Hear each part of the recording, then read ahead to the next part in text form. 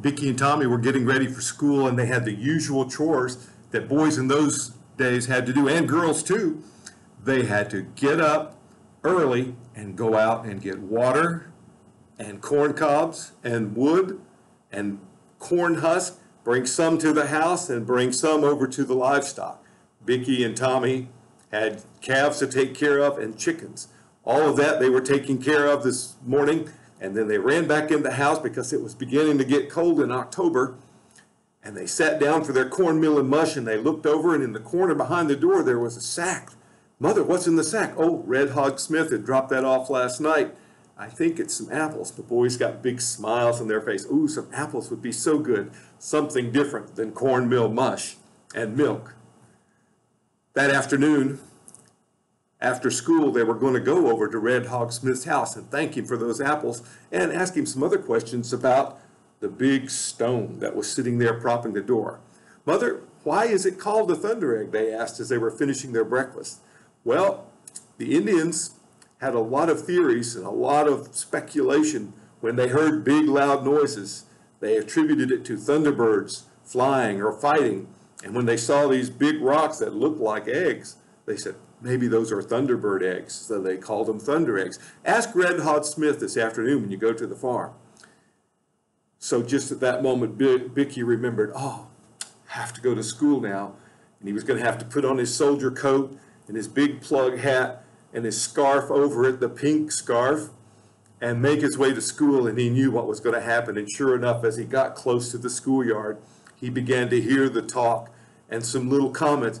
Here comes General Snoot. General Snoot, everybody at attention. He trudged into the school, took the hat and the coat off, hung them up in the coat room, sat down and did his schoolwork. And as they did their schoolwork, the Whitney boys said, hey, let's go over to Red Hog Smith this afternoon and talk to him like you said. We're going to come with you. And then maybe tomorrow after school, we'll go hunting. So that afternoon, as soon as school was out, they made their way over to Red Hog Smith's house. He was there feeding his pigs. And the way he had gotten his nickname was because Mr. Smith had the most beautiful red-brown pigs and hogs in all the state of Iowa. And they said, Mr. Smith, Mother said that you have some thunder eggs also. And he said, yes, I do. I brought some back from California. You know, your Uncle Dirk and I were in California at the same time. He said, oh, yes, we knew that. He said, yeah, thunder eggs are beautiful. Some are agates on the inside, sort of like your marbles, and others have more hollow inside, and they're called geodes. And he showed him a couple that he had. He said, if you go to Marshalltown and pay the stonecutter $3, he can cut yours, and you might find something beautiful, maybe even valuable. Tommy and Bickie began to think, and they said, I wonder if that's what Uncle Dirk meant every time he used to say before he and Father went off to the war. I wonder if that's what he meant when he used to say to Mother, don't you worry, there's enough money here to take care of you and the boys if we don't get back soon. And he'd always point down. And Bickie and Tommy had found the thunder egg in the old cellar. Of course, the house had burned down now, and they had done some exploring and found the thunder egg, and he began to wonder, maybe there was something more valuable than he realized. Well, the next day after school, they borrowed the muskets from their parents. They went out to do some hunting, and they loaded up the muskets, and they took a shot at, oh, it stung their face. Maybe they loaded it wrong. Just as they were considering that, they heard a voice behind them saying, better luck next time, boys. They turned around, and there was a man that looked like a soldier. He had a GAR badge on his very thin coat, the Grand Army of the Republic. And he said, you boys are out here hunting today? Are you having any luck? And they said, no, not too much. We don't seem to load it right. He said, Larry, let me help you. So he showed them how to load the guns just a little bit better for goose. And about that time, a flock of geese came settling in. And they took a shot and they got one of the geese. Tommy and Bickie were so happy they'd have something different besides cornmeal mush and milk for the next few days. As Bickie and Tommy and the Whitney boys began to look at Soldier Rudolph, because that was the name he told them, that he was a soldier and his name was Rudolph, they said, Soldier Rudolph, why don't you come over to our house tonight? We'll have some food. And Bickie then had a bright idea. He said, why don't you take this soldier coat, because you look like you could use it more than me. Soldier Rudolph said, well, do you think it would be all right with your mother? Let me go meet your mother and we'll talk about it. Besides, I have some questions I wanted to ask a few folks here in the neighborhood. I'm looking for a house that has 2 windows and a yellow rose vine. One of my friends who was a soldier in the war told me about this and asked me to give a special message to that family. Well, Bickie and Tommy should have known the answer right away, but somehow it didn't click in their mind about a house with 2 windows and a rose vine. But later they would think about it. So they made their way over to where Bickie and Tommy were living now and their brother John, to the granary that had been converted to the house since their home had burned down. Bickie went running in the house and said, oh, Mother, look, we have a goose, Can we cook it up? And here is Soldier Rudolph. He's here, and he's talking to some of the neighbors. And Mother, can he please have the soldier coat? In his mind, Bickie's thinking, I don't have to wear and be General Snoop tomorrow at school. I can get rid of that. And Mother kind of stopped and looked, and she said, well, if Soldier Rudolph really needs a coat and you've made the decision to share it, Bickie, that's fine. He can have it. As for the goose, don't have time to cook it tonight. It's getting near dark. We have some chores to do, and it's almost bedtime. But maybe Soldier Rudolph can come back tomorrow the next day, and we'll have a nice big feast with some other goodies that I can possibly come up with. So everybody thought that was a grand idea. Soldier Rudolph said, thank you, ma'am. He had to rush back to Marshalltown. The boys went and did their chores and started to head for bed.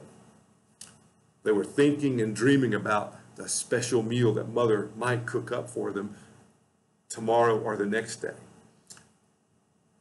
Bickie, just before bed, began to think, what am I going to use for a coat tomorrow? The only other coats I really have are some old coats left in the trunk that were a little too small, and one old nasty coat that's out by the chicken coop. Mother came over and said, Bickie, you were so nice to give your coat away, but I'm not sure what we're going to do. I guess you can wear my old coat. And Bickie got the, oh no, Mother, I can't wear that coat. It's got a split down the back and it's all humped up so that you could wear a bustle and look all fancy.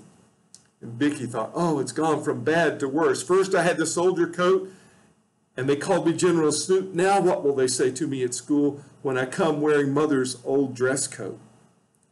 But he had no choice. The next morning he put on the old hat and the scarf and put on the coat and walked to school. And sure enough, as he got near the schoolyard, he began to hear new comments. Instead of General Snoop, he heard, there comes Grandma Lucy.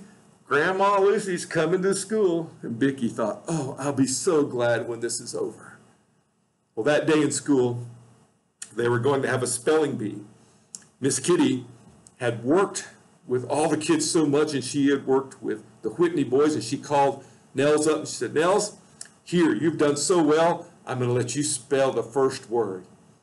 And Miss Kitty was a little sharp in her temper and a little rough in her discipline. She called Nels over and she said, Nels, spell owl for me. And Nels was all proud and he said, O-U-L. And Miss Kitty got so mad. She said, you dumb little boy, go to the back of the line. We went over that 10 times yesterday and you had it. I can't believe you were doing that. She called Bickie next. Bickie, come up and spell deuce. And Bickie was so flustered after what had happened, he began to spell and he didn't get it quite right. And about that time, Miss Kitty reared her hand back like she was going to smack him.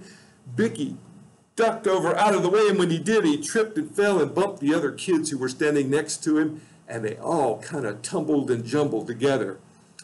Miss Kitty said, everybody back to their seats. Nels and Bickie, no recess for you today. Bickie wondered, oh, what have I done? Then he got an idea. He and Nels talked, said, we'll fix her. They pulled out their Steele's physiology book, and there were some pictures. And they began to draw and trace a picture. And at the top, when he was finished with it, he put Miss Kitty, the teacher. And just as he wrote that on the paper, on the poster that he had drawn, he sensed a presence beside him, and he looked up, and there was the teacher.